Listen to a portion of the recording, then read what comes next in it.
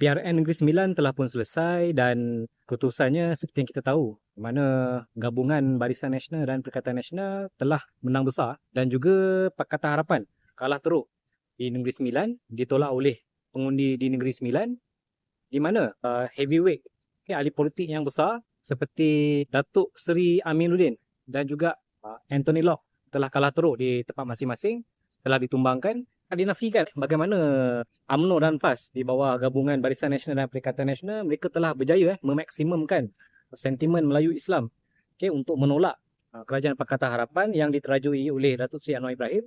Jadi memang tak dinafikan kejayaan mereka memaksimumkan sentimen Melayu Islam itu untuk mempengaruhi pengundi-pengundi Melayu di Negeri Sembilan untuk menolak secara total Pakatan Harapan. Tapi pendapat saya sebenarnya perpaduan Melayu Islam ni sebenarnya ini cumalah satu mitos, tak wujud pun. Ia cuma satu sentimen yang dimainkan semata-mata untuk meraih kuasa politik tanpa menunjukkan apa sebenarnya hujah-hujah mereka. Mereka ni layak mentadbir Negeri Sembilan.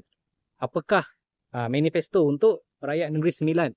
Kan bagaimana nak mewujudkan lebih banyak peluang pekerjaan, bagaimana nak menjaga kebajikan rakyat Negeri Sembilan, bagaimana nak memantapkan pembangunan di Negeri Sembilan untuk rakyat Negeri Sembilan.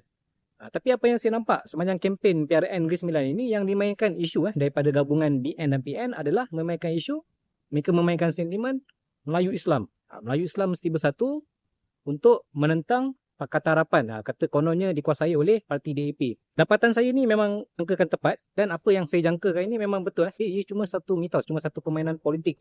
Di mana selepas diumumkan Barisan Nasional dan Perikatan Nasional menang, telah berlakunya pergelutan kuasa dalam Barisan Nasional sendiri. Di mana apabila Datuk Jalaluddin Alias, tak silap saya, Adun Pertang, katanya sepatutnya beliau yang akan menjadi Menteri Besar Negeri Sembilan yang baru.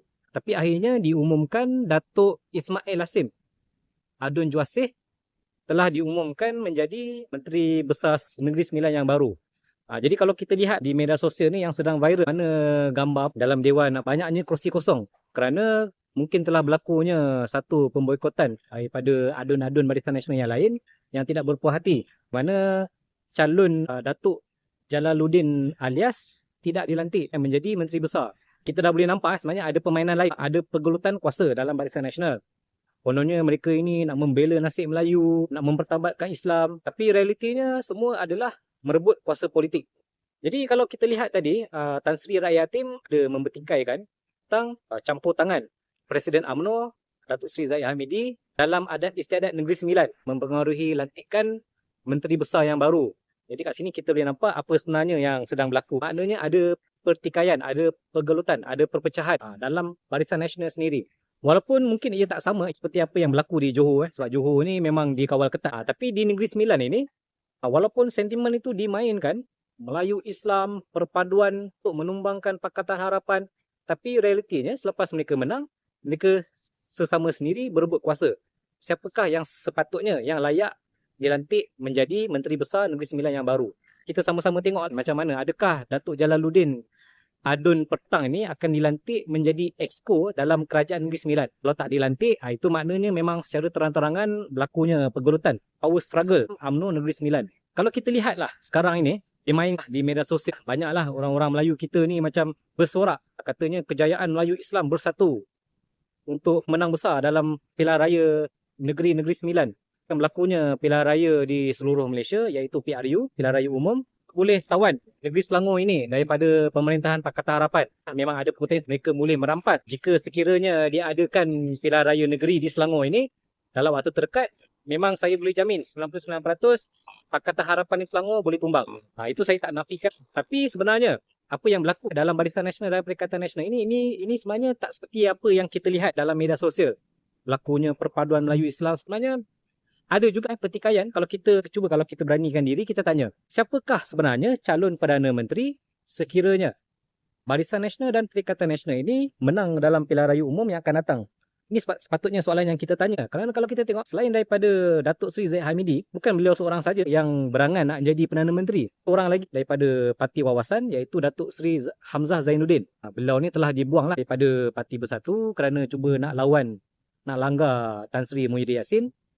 Jadi akibatnya beliau telah dibuang dan beliau telah menubuhkan satu parti baru, iaitu Parti Wawasan. Dengan bantuan daripada Parti Islam PAS, beliau pun sebenarnya cita-cita yang besar untuk menjadi Perdana Menteri Malaysia yang seterusnya. Kita pun tak boleh nak percaya sangat tentang perpaduan Melayu Islam. Retorik ni kita tak boleh percaya. Cuma satu permainan orang politik yang tiada kebolehan, orang politik yang tidak kompeten. Kalau kita tengok dalam PRN Negeri Sembilan, saya sendiri tak tahu apakah sebenarnya manifesto Barisan Nasional dan Perikatan Nasional. Apa yang mereka nak buat untuk golongan pengundi muda, bagaimana nak mewujudkan lebih banyak peluang pekerjaan. Jadi bagaimana nak menjaga kebajikan rakyat Negeri Sembilan? Apakah pembangunan-pembangunan yang nak dijalankan untuk kemakmuran rakyat Negeri Sembilan? Tapi semua manifesto ini tenggelam kerana mereka memaksimumkan sentimen Melayu Islam ini, memperdayakan pengundi-pengundi Melayu ini, menyokong mereka. Jadi kita tak apalah, kita tunggulah, kita tengok apa sebenarnya yang berlaku dalam PRU nanti. Andai kata selepas PRU ini gabungan Barisan Nasional dan Perikatan Nasional menang di Semenanjung Malaysia dan bergabung dengan Parti Sabah dan Sarawak, siapakah sebenarnya calon Perdana Menteri? Jadi dekat sini dia akan jadi satu masalah besar. Adakah Datuk Seri Zahid Hamidi? Mungkin dia tak akan bagi kepada Hamzah Zainuddin, kerana Hamzah Zainuddin ini ahli parlimen yang mengkhianati UMNO. Semasa tahun 2018 UMNO kalah teruk dengan gabungan Pakatan Harapan 1.0. Kemudian beliau telah masuk ke dalam Parti Bersatu. Dikatakan antara yang merancang langkah Sheraton untuk menumbangkan kerajaan pimpinan Tun Dr. Mahathir pada masa itu. Jadi inilah sebenarnya apa yang kita perlu perhatikan. Saya bukanlah buat video ini untuk menyedarkan orang-orang Melayu. Ini cuma satu perkongsian pemerhatian saya. Sebenarnya sentimen perpaduan Melayu Islam ni cuma satu mitos. Ia cuma satu permainan orang politik. Apa yang kita sepatutnya sebagai rakyat Malaysia, terutamanya orang Melayu, kita ni sepatutnya lebih sedar. Apakah sebenarnya yang nak ditawarkan oleh pimpinan-pimpinan Melayu kita ini? Kemakmuran, pembangunan, kebajikan untuk rakyat Malaysia. Kalau cerita pasal paduan Melayu Islam, nampak macam terlalu mudah, terlalu murahan. Realitinya mereka ini cuma nak berebut kuasa sesama sendiri. Jadi kalau kita tengoklah siapa sebenarnya calon Perdana Menteri daripada gabungan Barisan Nasional dan Perikatan Nasional. Selain daripada Datuk Seri Zahid Hamidi dan juga Datuk Seri Hamzah Zainuddin, ada lagi satu calon daripada PAS, iaitu Datuk Seri, siapa nama dia? Saya pun dah lupa nama. Dr. Samsuri. Beliau juga telah diwar-warkan akan menjadi calon Perdana Menteri Malaysia daripada PAS lepas PRU 16 ini, sekiranya Perikatan Nasional masa itu mereka masih bergabung, mereka masih baik dengan Parti Bersatu. Dr. Samsuri akan menjadi Perdana Menteri Malaysia yang seterusnya. Sebenarnya ada 3 calon. Siapa sebenarnya calon Perdana Menteri daripada gabungan Barisan Nasional dan Perikatan Nasional? Adakah Zahid Hamidi, ataupun Hamzah Zainuddin, ataupun Dr. Syamsuri? Jadi saya nak tahu apa pendapat anda semua. Siapakah di antara 3 orang ini yang layak untuk menjadi Perdana Menteri Malaysia yang seterusnya, sekiranya gabungan Barisan Nasional dan Perikatan Nasional menang dalam pilihan raya yang akan datang? Dan satu lagi, saya nak kongsikan idea saya, pandangan saya. Sekiranya jentera komunikasi ataupun jentera propaganda Pakatan Harapan pandai memainkan isu ini, iaitu isu power struggle di antara UMNO, di antara PAS dan juga Parti Wawasan. Siapa sebenarnya yang layak menjadi Perdana Menteri Malaysia yang seterusnya, sekiranya gabungan Melayu Islam di bawah teraju UMNO, PAS berjaya membentuk kerajaan selepas PRU 16 yang akan datang?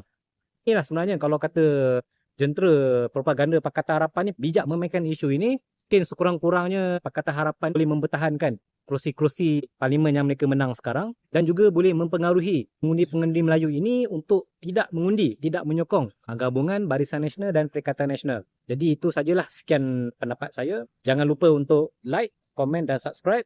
Kita jumpa dalam video yang seterusnya.